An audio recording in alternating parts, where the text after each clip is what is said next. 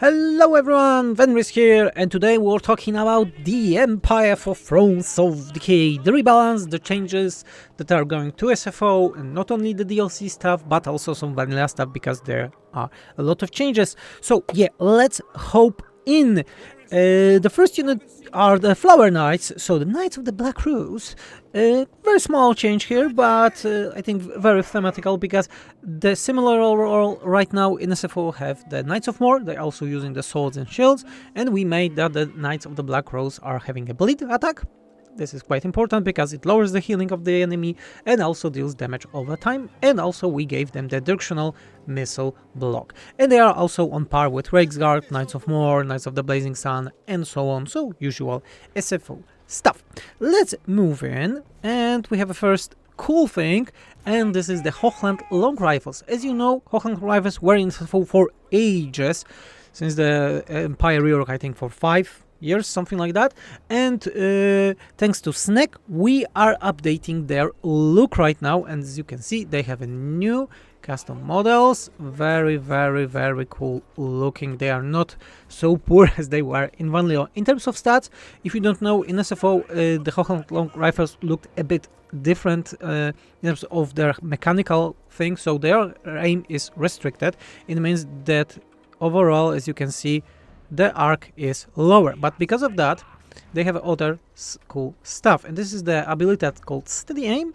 So when there is no enemies around, their range, damage, reload, skill and accuracy all of are increased, buffed by a substantial amount. They also have a very high penetration and shield breakers.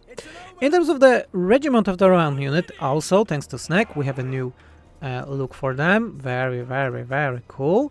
And the big difference here are that the fact that they have the Black Powder Discipline. Black Powder Discipline gets a small nerf in SFO, because normally preparing was lasting 10 seconds and now it's preparing lasting 20 seconds. Yeah, so before you can use it, we thought that it was a bit overpowered. The difference between this and the our normal unit is that it got armor destruction, so a better contact effect and some small stat adjustments. Okay, but the thing that I think everyone was waiting is that, yeah, non-iron swords are getting the repeater rifles with a full animation, like the Master Engineering, and yeah, it's actually working. Shoots a specific amount of projectiles as it should. I think it's 6. Yeah, it's 6 projectiles per volley, then reloads again 6 projectiles, so you can have this Vermintide vibe. Important thing and quite interesting thing for me was the fact that all of those were already in the tables. So the name, the units, even the unit card that you can see is vanilla. I don't know why she made this unit fully and then just hide them to make them normal, normal handgunners. Happens. The change that we are doing also is the suppressed, so they have a contact effect that lowers the enemy speed. This also links to the Outriders, so the normal Outriders with the repeater rifles, yeah, because you need to start, so they get the repeaters out. Yes, they are also using the new animations for those and will be shooting enemies with a proper gun with animations. Okay, what do we have else? We have the Grundle's Defenders. So the Grundle's Defenders, a Spearman ROR unit, totally busted in terms of look in vanilla, but with a very cool ability, the Rare Guardian. We increased its range, so it's 50, not 35, because it was very low. Now it's actually more useful to get into protecting the artillery, but the big thing is that they have a new look. This look is again from Snack, and it was used previously on SFO non-iron sights. Now this unit have their own reskin, because SFO overall have own reskin of stuff. You can see it, for example, here on Outriders. Very cool, unique models. Everything is SFO from Snack. Amethyst iron sights. Again, repeaters, same as normal iron sights. The big change here is that they are getting more weapon strength, they are a bit better, and also more melee stats, because in vanilla they were just more armor, so you can use them just better in such a way, and yeah, they have more use, and again, repeater guns, which look cool as you know what. Amethyst Hellstorm battery, we didn't change it much because it's spawning vortex rockets, so they are crazy good. No really change here. Amethyst Outriders, this change, because we made that Amethyst Outriders have it doesn't work, I see. On this version, they should have a 360 shooting range, so they can shoot from every angle around them, and which is important, they also have a dreaded contact effect that removes enemy immune to psychology, and they also cause fear right now. Very, very important thing to have them. Steam tank volley gun, not a big change, I would say. Very good tank, and this is like a very anti-infantry, so I would say that. Oh, this is such a cool animation on this guy. But overall, not a big change. The big change goes to the normal tank, is that we made that all the normal projectiles for the steam tanks are now explosive, because we didn't thought that the difference between those two tanks is significant enough, and we made that the normal tanks explosions projectiles are always exploding. In campaign, when playing as Elsbeth in Noon Workshop, you can increase the AoE of those explosions, because previously it was giving the explosions. Landship. Big change with Landship is their mass. We increased it by 50%, so it's 7,500, normally was 5,000, and they had problems on the previous values. That's why we increased it, because this is a freaking tank. Ship. You get the idea. Full power got a lower cooldown. We thought that this is a very cool ability, and why not make it better, so the Landship is a bit more mobile. Also, Landship, when outside of combat, will be regenerating vigor faster, because, you know, they are working, they have a moment to not fight, and it will be easier, because right now they get exhausted very, very fast. Wonder of Age Landship, the big difference between, besides, of course, the magical attacks, is getting fear, is the perfect vigor, I think. Yeah, it's perfect vigor. Is it? Yeah, it's perfect vigor, and it's making that the unit won't get fatigue ever.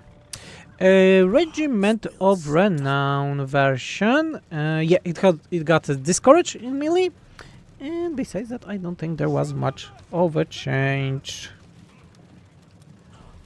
Yeah. It discouraged, and magical stuff. Theodore Brackner. Two changes to him. First of all, the Liar's Bane is getting Executioner trait, attribute, when you use it, the Liar's Bane is able to execute enemies that are below 50% health. Very, very cool thing. Also, and his Reaper, that is looking really awesome, by the way. Reaper mount is getting the Blood Roar, so a normal thing that all Demigryphs should have. Other change that you would probably did not expect it is that the fact that in SFO many electro count units are changed, and one of the change of such a things in past we had that the Deliverance, the steam tank, was replaced by the Null Iron Sight. Right now we have a normal Null Iron Sight, but we still wanted to have something unique.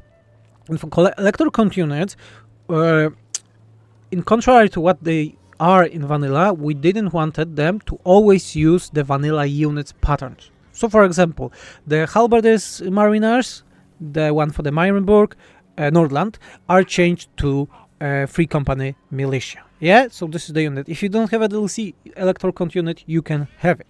And similar thing we are doing right now, because we are replacing the previous Neuron Iron Set with an exactly new unit, with Wissenburg Welcomers, we call them. It is a war wagon with grenade launchers.